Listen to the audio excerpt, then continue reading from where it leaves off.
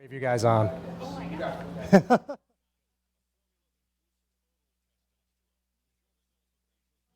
Final sound test. John, count to 10, please. 1, 2, 3, 4, 5, 6, 7, 8, 9, 10.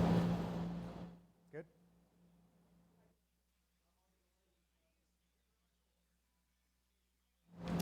Abstain. Final sound test. There's a delay.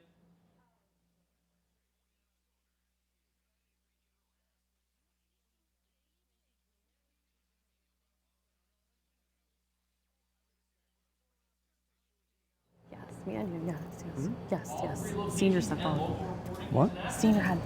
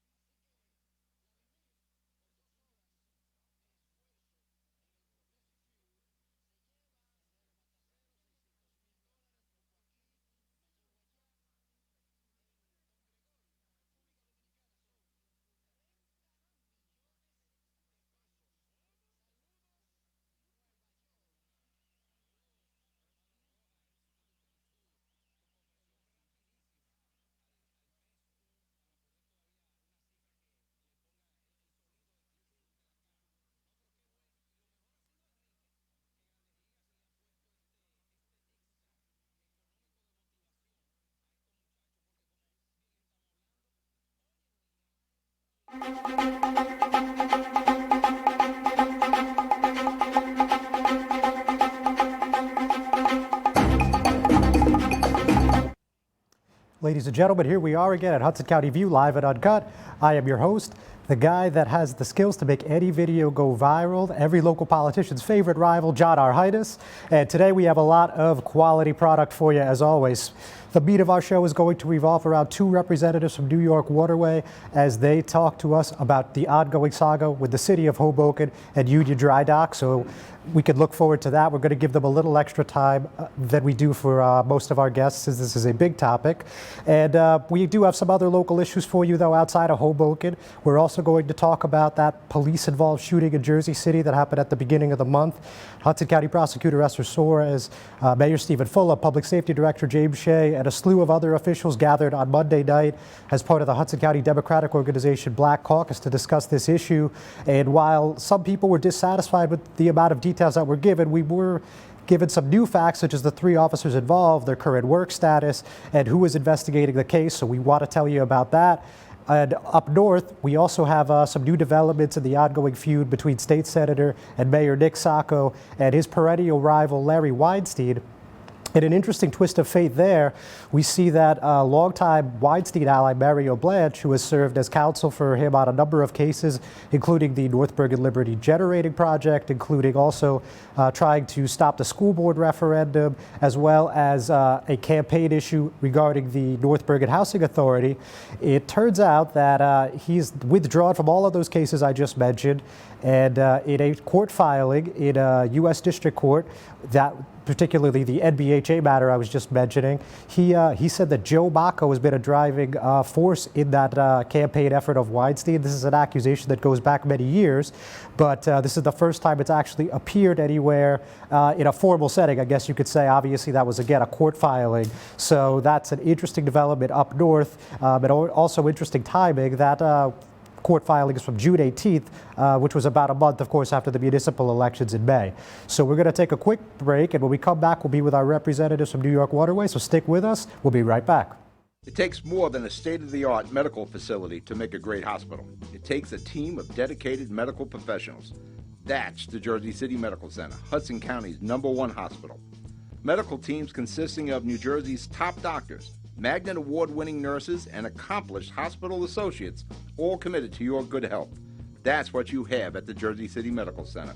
Make Hudson County's #1 hospital your first choice.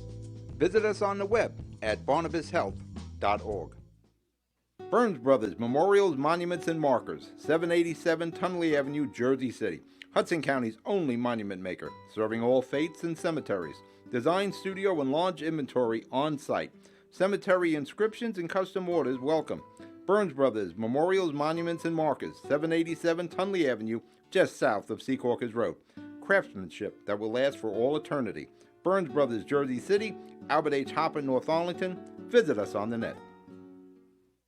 Newport, the luxury waterfront community on the Hudson River, offers the quality of life you deserve in 10 high-rise rental towers with amenities such as the on-site Newport Path subway, light rail and ferry service, Newport Town Square, 3 playgrounds, dog run, upscale restaurants, retail giants like Sears, JCPenney, Macy's, and Target. Morton Williams Supermarket is just outside your front door. A health and fitness club, spa, skating rink, and medical facilities are also on site. NewportNJ.com. Enjoy the New York skyline from Newport Town Square. Manhattan is just one path stop away or quick ride through the Holland Tunnel. Nursery and private elementary schools all on site. 12-screen movie theater at the Newport Center Mall. Want to visit Newport? Stay at the Westin or Marriott Hotel. Go to NewportNJ.com for details. Newport has luxurious towers, great restaurants, shopping, New York skyline views, schools, playgrounds, a marina and yacht club, gym, spa, fine wine, fine living. It's incredible. It's you. NewportNJ.com. Newport. Live like you want.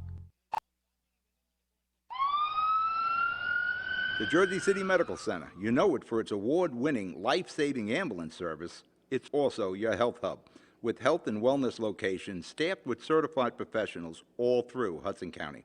The Jersey City Medical Center. Here to help you with your healthy, here when you need us the most. The Jersey City Medical Center. Visit us on the net to learn more. Jersey City Medical Center, Robert Wood Johnson, Barnabas Health Facility.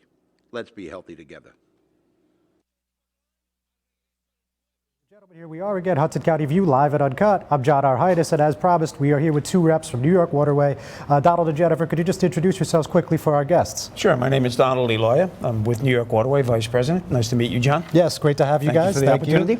And I'm Jennifer Shuck, Communications for New York Waterway. All right, great to have you as well, Jennifer. So, obviously, this is a conversation we could probably do an hour on, but we're going to do about 15, 20 minutes. So I guess first things first, you know, this week, you guys, I'm sure, heard there were 13 environmental groups that wrote a letter to Tammy Murphy. This letter was actually a month old, but it just hit the public domain this week. And they basically said that we don't think this refueling, maintenance, and ferry facility is fit for you to dry dock and so on and so forth. So this is something that we've heard from some environmentalists and from some city officials before. So just what are your thoughts on this latest development here? Well, we obviously don't agree with the content of the letter. I'm not quite sure who the 13 groups are. Some of them are unknown to us. But, you know, we feel that Union Dry Dock is the right place, obviously, for a maintenance facility.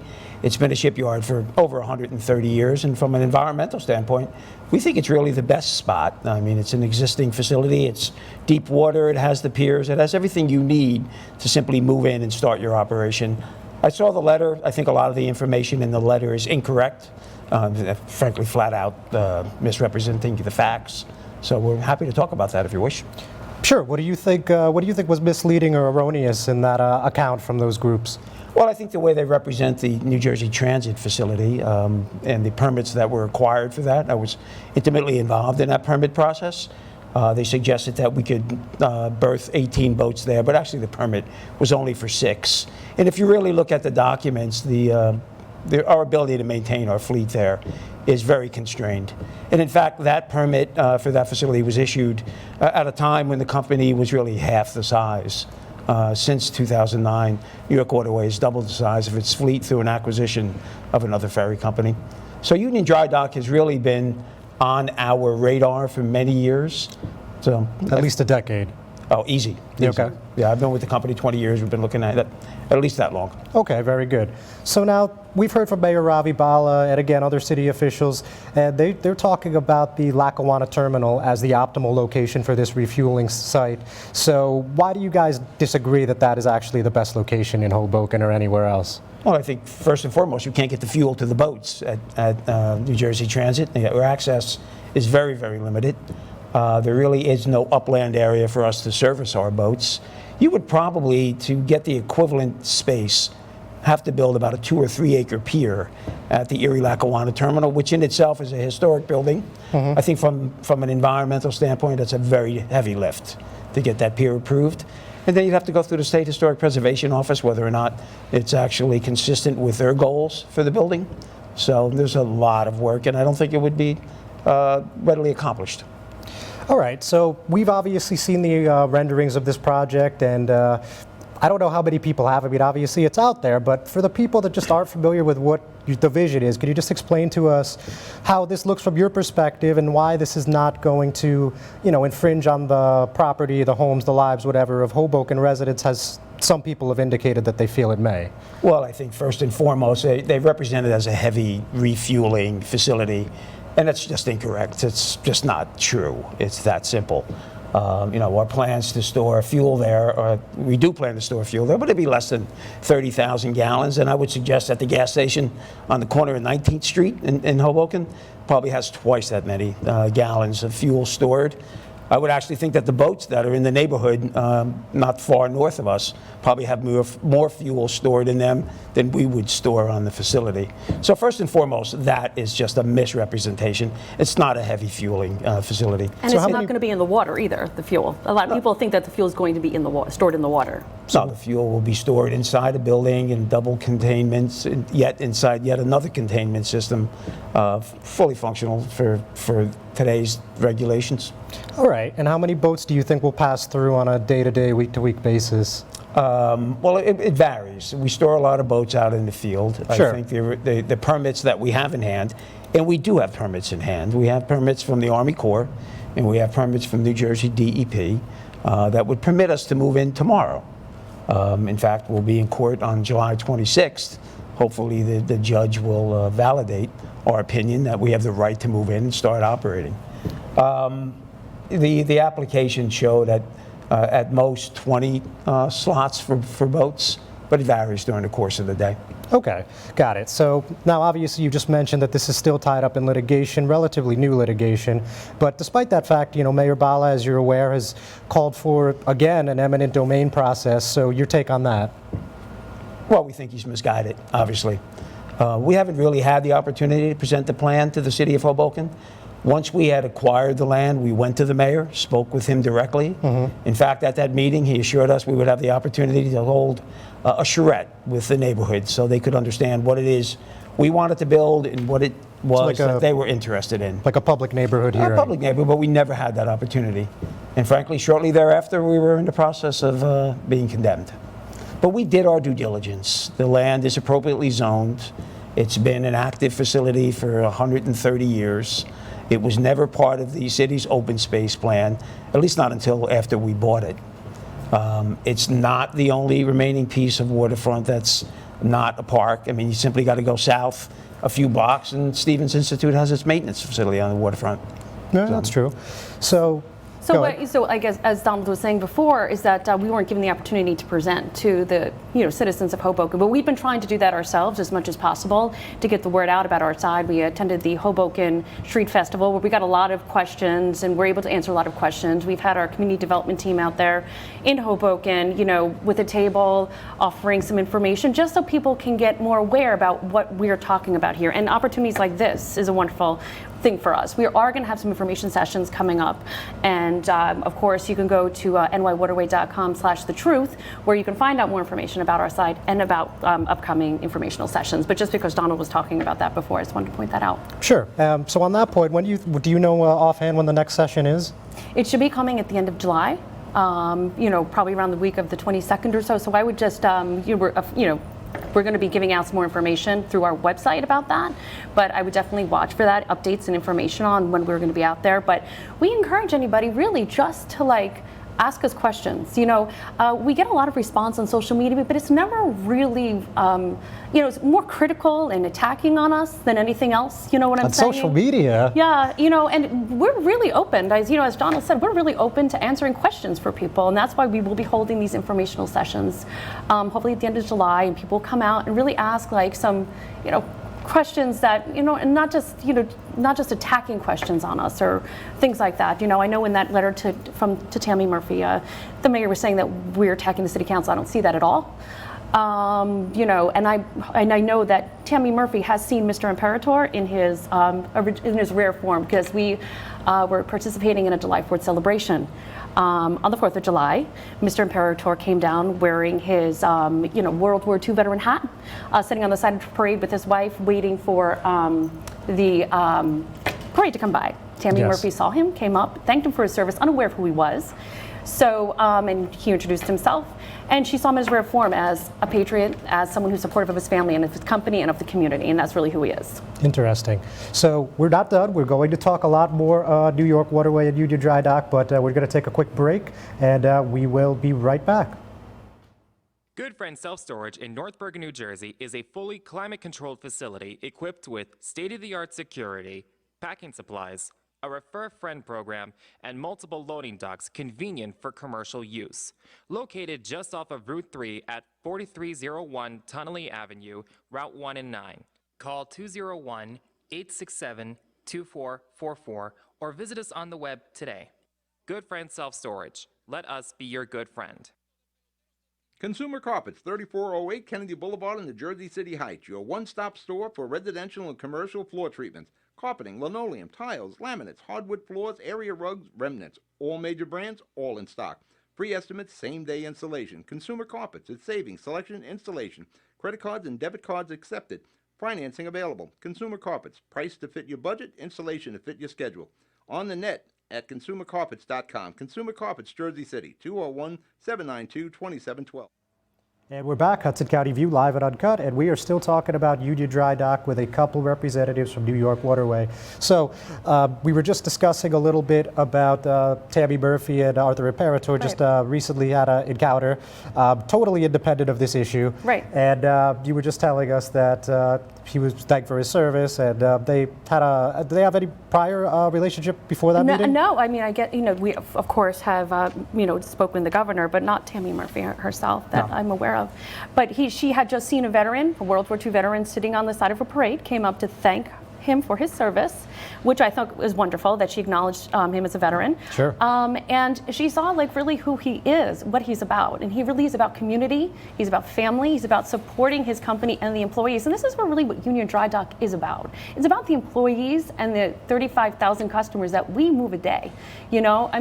So the facility is since I came to Waterway, almost 6 years ago, one of the things that I walked in the door, he said to me, I got to get them out of that work area. They deserve better. They need a bigger space. They're doing an amazing job, but I want to do better for them. This is for the employees, and this is for the commuters that these boats are maintained for.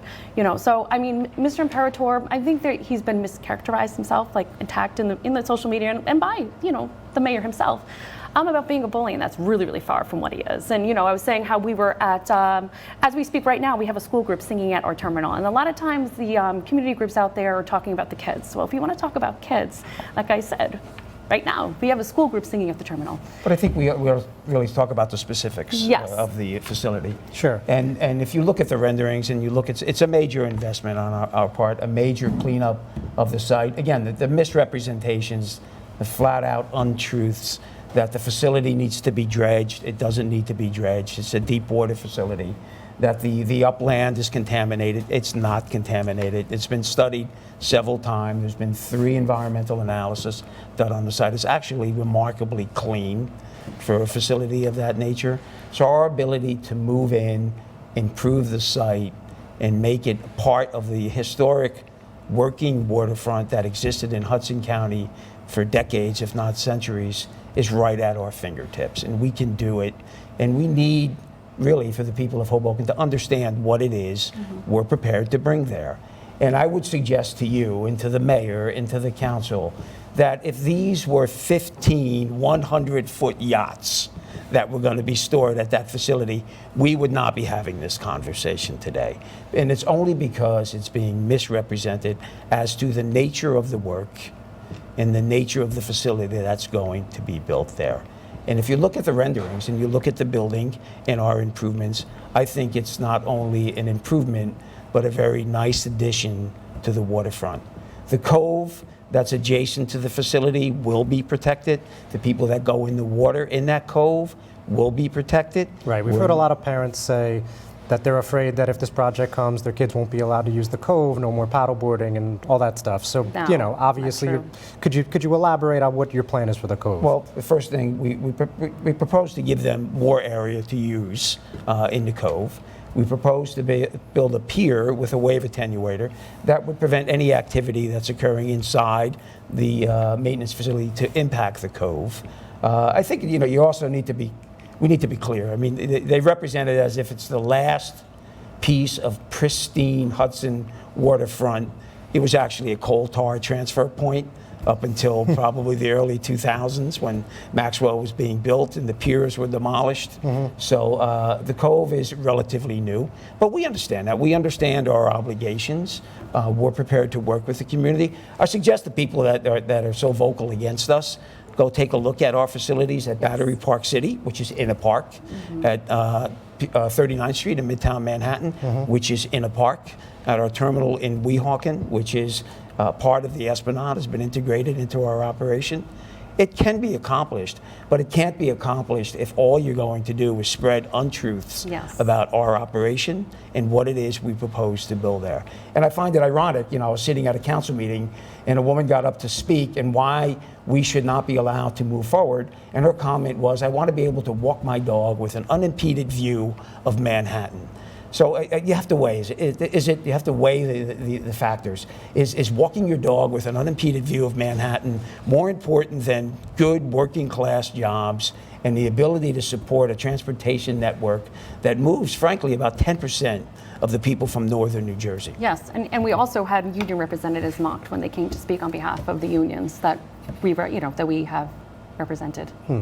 Okay, how many jobs would this bring to the area for New York Waterway if things go smoothly? We have an existing maintenance force of about 40 people. Our company employs about 400 people. A good portion of them live in Hudson County. Yeah, about half. So more than half. They're good union, well-paying, well-benefited jobs. So the ability to make it safer for our employees is our highest priority. The facility that we have right now is in a tough situation. It needs to be relocated. It needs to be relocated soon. So new jobs, limited new job growth. It depends really on the growth of the ferry operation. But the reality is it's job preservation. And most of those are Hudson County jobs. So on a different note, we've heard from City Hall that the fact that New York Waterway was going to be quote-unquote evicted from the Weehawken facility was misrepresented because you guys are still there. So, I mean, I think a lot of people are not really clear on what the agreement is on that existing property that you guys have been using for a really long time and why, you know, there was this notion out there that an eviction was forthcoming or already happened. So could you clarify what exactly that was about? Well, we had a handshake arrangement with the owners of the upland, which allowed us to use maybe an acre and a half of upland for storage and parking. We've been asked to move. We have moved. Right now, we have no upland storage. We have no upland working area. So we've really rely on everything that's floating in the water. That's our maintenance facility today. So we are gone. We are off the upland. We did not own it. We haven't owned it for over a decade. And frankly, you know, the transfer of that land is what really helped the ferry survive at a time when we were struggling post 9/11. So And we're talking about the other work dock we're talking about, our existing one. I brought another group of journalists down to see it, and they were actually shocked how small it was. So, I mean, if people would take time to look at these things and kind of really get some, you know, some insight and some knowledge on what the situation is down there, it's fine, but it's also very small and it needs to be expanded. Sorry. So finally, the governor has been asked by the mayor and others on many occasions to intervene in this matter and, you know, wants him to halt the project. Obviously, that hasn't happened. In your guys' conversations with the governor, I mean, what kind of message are you getting, if any? Well, you know, we have conversations with many people in Trenton. You know, we believe that, you know, the governor will make the right choice, and that choice is for the greater population of New Jersey, not a handful of affluent condo owners that happen to live a few hundred feet away from a proposed maintenance facility. So we believe that ultimately the right decision will be made in Trenton, and we think that's the one that will support us. Fantastic. Guys, thanks for coming on. It was Thanks a pleasure. for the opportunity. Thank you, everybody, for watching. We're going to take another break. We will be back in a hot second.